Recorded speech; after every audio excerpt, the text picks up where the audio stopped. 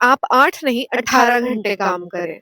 हाँ, ये आइडिया बहुत क्रेज़ी साउंड करता है, लेकिन आई बेट यू कि आप में से बहुत सारे लोगों ने ये चीज़ हमेशा बचपन में सोची होगी कि अगर हर इंसान के पास बराबर पैसा होता तो कैसा होता? यानी शायद कोई इंसान गरीब ही ना होता या कोई बहुत अमीर ना होता। हम सभी के पास अगर 50,000 रुपए हर मंथ आते, तो लाइफ़ कैसी होती? Hey, this is Ayushi and welcome back to my YouTube channel बटवाए विद आयुषी। सोच के देखिए कि हम स्कूल कॉलेज क्यों जाते हैं? To earn, right? लेकिन अगर मैं बोलूँ कि हर कॉलेज की डिग्री के बाद एक जॉब मिलना आज इंडिया में पॉसिबल नहीं होता है, या फिर ऐसा एक सिनेरियो लेके चलते हैं कि हम अपने स्कूल या कॉलेज से लौट रहे हैं। वहाँ सड़क के किनारे अक्सर हमें कोई ना कोई बेगर बैठे हुए दिख जाता है। हम में से कई लोग ऐसा सोचते हैं कि हम क्यों उसमें 10 रुपए का सिक्का डालें? हमारा वो 10 रुपए का सिक्का शायद उसके लिए बहुत ज़्यादा हेल्पफुल हो जाएगा और फिर वो हमारे पैसों पे ही डिपेंडेंट होगा। लेकिन सोचने वाली बात ये भी है कि अगर हमने अपनी पॉकेट मनी से किसी को 10 रुपए दे ही दिए, तो हमारे पास क्या ही कम हो जाएगा, राइट? ये हमारी पर्सनल चॉइस हो सकती है कि हम किसी को पैसे देना चाहते हैं या नहीं देना चाहते। लेकिन हम फिर से उसी बात पे आते हैं जहाँ से हमने बात शुरू की, कि हम स्कूल या कॉलेज जाते हैं अपनी एजुकेशन के लिए। लेकिन क्या आपको पता है कि एज़ पर गवर्नमेंट नॉर्म्स हमारे लिए सफिशिएंट अमाउंट क्या है? हमने स्टार्टिंग में बात की 50,000 की, लेकिन as per hour government of 2024-25 में minimum monthly expenses to survive a rural यानी कि ग्रामीण क्षेत्रों के लिए it is 1632 to 4000 rupees per month, और अर्बन एरियाज में रहने के लिए 1944 से लेके 6500 per month. Shocking, right?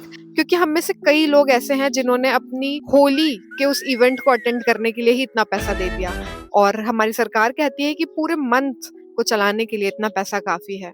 This is a very shocking scenario. लेकिन अगर सोचा जाए कि जो बात हमने शुरुआत में की, अगर हम उस पर फिर से सोचें कि क्या अगर हमारे पास बराबर पैसे होते, यानी आपके और मेरे दोनों के पास हर मंथ 85,000 आ रहे होते, तो वो डिफरेंसेस कहाँ जाते? सोचने वाली बात यह है कि फिर कोई किसी के लिए काम क्यों करता? हाउस हेल्प्स क्यों होते, या कंपनी के सीईओ फिर क्या कर रहे होते? चलिए अमीरी और गरीबी के इस फर्क को 4 पॉइंट्स में समझते हैं। सबसे पहली बात कि अगर सबके पास बराबर पैसा होगा तो अमीरी और गरीबी का तो फर्क ही खत्म हो जाएगा। हम सभी ने ये बात बचपन से सुनी है कि जीने के लिए सबको रोटी, कपड़ा और मकान सभी को चाहिए। ऐसा होने से वेल्थ के लिए रेस तो खत्म हो जाती, लेकिन एक अच्छा साइड भी ऊपर आता। वो ये होता कि लोग फिर अपनी स्किल्स, क्रिएटिविटी और नॉलेज जैसी चीजों पे काम कर रहे होते। लोग अपने आप को इस चेन से बाहर निकाल पाते, जो चेन आज कहती है कि स्कूल जाओ, फिर कॉलेज, और फिर अल्टीमेटली गवर्नमेंट या प्राइवेट सेक्टर में जॉब ढूंढो।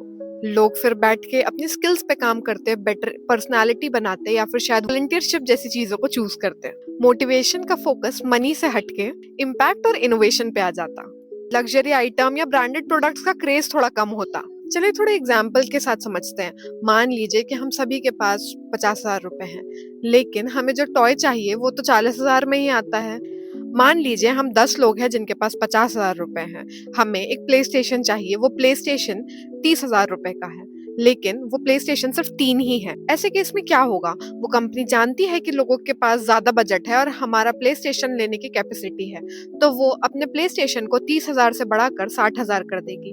अब वो प्ले स्टेशन सिर्फ वही लोग ले पाएंगे जिनके पास 60,000 रुपए होंगे। तो अल्टीमेटली चेन वही चली गई कि अगर हम सभी के पास बराबर होगा और हम सभी चीजों को ले सकेंगे, तो इन्फ्लेशन आएगा। इन्फ्लेशन यानी कि सामान महंगे रेटों में बिकने लगेगा। और सबसे इंटरेस्टिंग बात यह है कि अगर सभी के पास बराबर पैसा होने लगा, तो जो इंसान आके सुबह हमारा गार्बेज इकट्ठा कर रहा है, जो हमें सुबह आके दूध के पैकेट दे रहा है, वो इंसान भी उतना ही कैपेबल होगा जितना कि गूगल का सीईओ। और इस सिनेरियो में वो कचरे वाला अगले दिन आपके घर कचरा उठाने नहीं आएगा, और वो गूगल का सीईओ जो आपको सर्विस प्रोवाइड कर रहा है, अगर वो खुद भी उतना ही कमा पाएगा, तो शायद आगे जॉब्स भी वैसी ना रहे। क्योंकि अल्टीमेटली आपसे जॉब एफिशिएंसी की एक्सपेक्टेशंस बढ़ जाएंगी। अगर उसको आपको वही पैसा देना होगा जो वो खुद कमा रहा है, तो ऑब्वियसली आपसे ये एक्सपेक्टेशन की जा सकती है कि आप 8 नहीं 18 घंटे काम करें। और इस स्टोरी में जो सबसे इंटरेस्टिंग एंगल आता है वो ये आता है कि जब वो गार्बेज वाला भी उतना ही कमा रहा होगा जितना कि आप खुद कमा रहे हैं, तो वो आपका कचरा क्यों उठाएगा? ऑब्वियसली अगर उससे कचरा उठवाना है तो उसे आपको अपने से ज्यादा इनकम देनी पड़ेगी। लेकिन क्या ये हमारे प्रेजेंट इकोनॉमिकल बैलेंस का जस्ट ऑपोजिट नहीं हो गया? और अगर बात यही है कि चाहे आप 8 घंटे काम करो या 10 घंटे, लेकिन आपको मिलने महीने के 85,000 हैं, तो फिर वो सीईओज़ या वो रिसर्चर्स जो दिन-रात एक करके 24 घंटे काम कर रहे होते हैं to be ahead from the society, तो ऐसे लोग फिर काम करना ही बंद कर देंगे। वो भी बाकियों की तरह सिर्फ 8 घंटे काम करेंगे और फिर इनोवेशन और टेक्नोलॉजी की फील्ड में हमारी कंट्री या हमारा वर्ल्ड बहुत पीछे रह जाएगा। और इसी को देख के हमें ये समझ में आता है कि पैसे की वैल्यू ही इसीलिए है क्योंकि पैसा कम है, और मार्केट में जितना कम पैसा रहेगा, पैसे की वैल्यू उतनी ही ज़्यादा बढ़ती रहेगी। Do share what are your views on this topic and I will reply on the comment section. I am Aishi and you're watching But Why with Ayushi. Stay tuned for more such amazing videos. Also, you can comment in the comment section what are the topics you want next.